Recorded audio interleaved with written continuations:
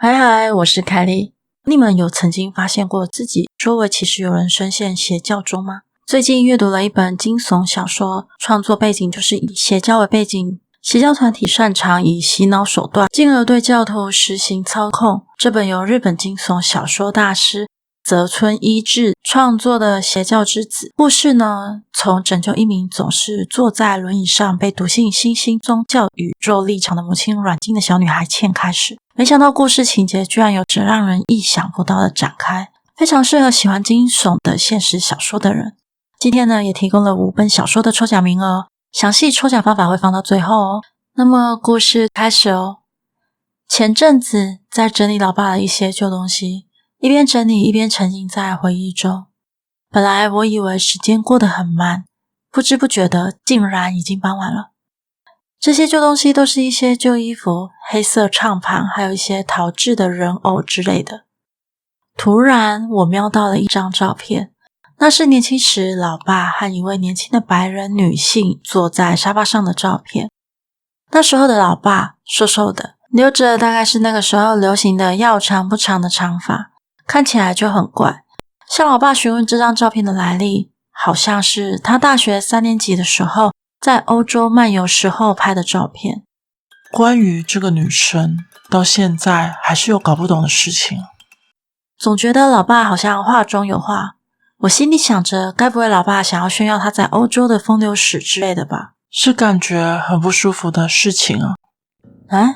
可怕故事吗？对啊。接下来呢，老爸就开始讲了这个故事。到欧洲已经1个半月了，我人往芬兰的西部乡村过去。那是一个沿海的城镇，果然不管去到哪里，日本人好像都很新奇的样子。我被问了许多问题，其中入住那间饭店的女服务生更是对日本充满了兴趣，好像是因为她大学时代主修东洋文化的样子。那个女孩现在暑休，所以住在饭店打工，只要工作告一段落就会过来找我聊天。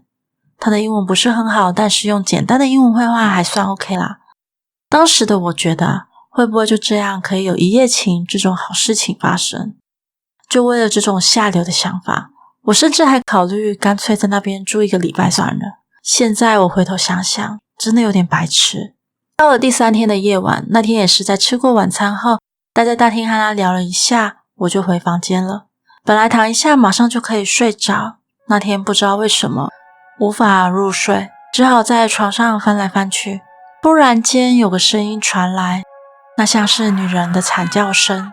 听到那个声音我有点呆掉，看看时钟是半夜2点，我掀开窗帘往外面看。芬兰的夜晚感觉天空还蛮亮，但是镇上的人因为不会熬夜，所以外面都没有人走动。饭店前的广场上有着用石板拼接出的美丽图样。我看看广场，但是没有看到发出惨叫的人。打开窗户看向左边的街道，隐约好像看到一个人影正要往这边过来的样子。接着我又再次听到那个惨叫声，比刚才还要大声，仿佛就像是传遍全身上下，令我感到不太舒服。刚刚看到那个要往这边过来的人影，速度好像变快了。我关上窗户，却无法停止从窗帘的缝隙中偷看。那惨叫声没有停止，叫个不停。听到最后，与其说是惨叫，已经像是鸣叫声了。虽然很吵，但是四周的人家却没有一个人出来看，就连电灯都没有开。然后在那令人不快的叫声中，有一个人影往广场这里过去，貌似是一名穿着睡衣的女性。不知道为什么，她一边甩头一边绕着广场跑。她的深咖啡色长发看起来一团乱，那是非常奇怪的光景，我为此看入迷了。我思考着那个女人是什么，为什么没有人出来？难不成她是不存在这个世上的东西吗？突然，那女人停了下来，就站在广场的中央。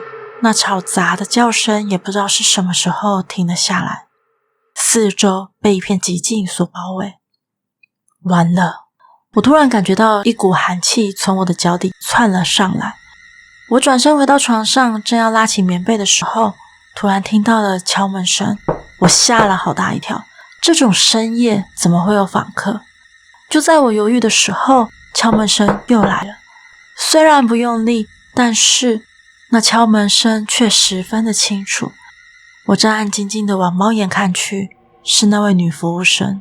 我想都没想就马上开门。她看起来相当紧张地拉住我的衣襟，在我的耳边轻声说：千万不要看外面，保持安静。说完这句话，她马上就离开了。我站在门口愣了一会儿，直到背后又传来叫声。听到这个声音，我吓了一跳，叫出声。我马上就跑回床上，把自己抱在棉被里。那个叫声没有停止，感觉像是锁定在这个房间一样。而且不知道是不是我的错觉，感觉那个声音越来越近。这边明明是5楼啊，2楼、3楼、4楼，那声音似乎就在窗户外面。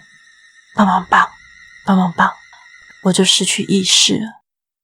早上我睡到很晚才起来，虽然发生那种事情，不过醒来的感觉还算 OK 啦。洗个脸，神清气爽的，就像是昨晚不过是做个噩梦而已。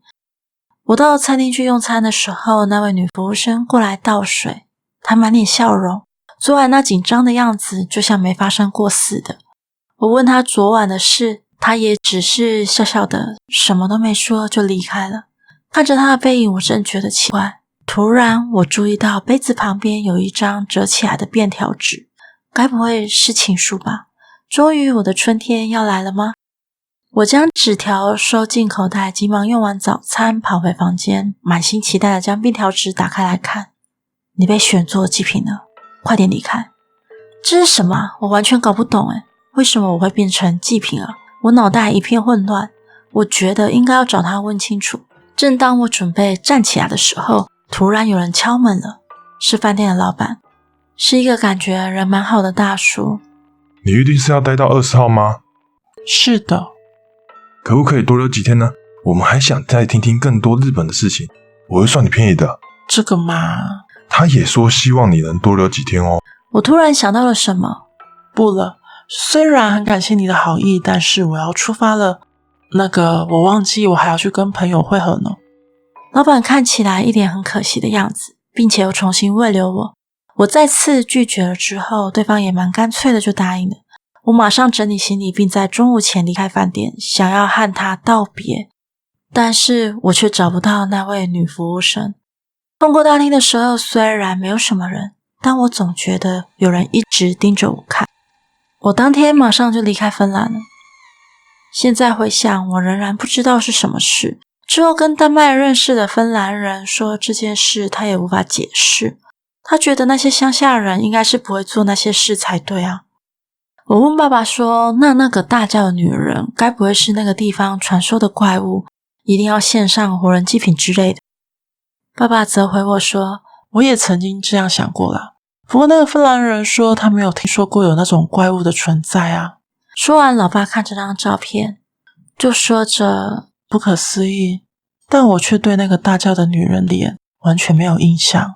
老爸将目光从照片移到我的身上，并且说到不可思议，这个女生，这个饭店的服务生，不知道为什么我想不起来名字诶，不可能我没有问过啊。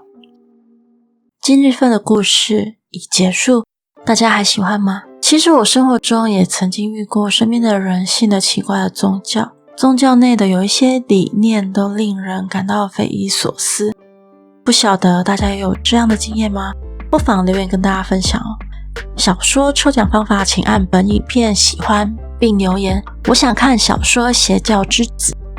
我会在6月19号礼拜日抽出5位观众，并公布名单至 YouTube 社群贴文，请留意此次会将得奖者的资讯提供给尖端出版，由出版社直接寄送书籍给得奖者，仅限台澎金马哟。最后，喜欢我的影片的话，每周六晚上8点半上新片咯。我们下次见，拜呢。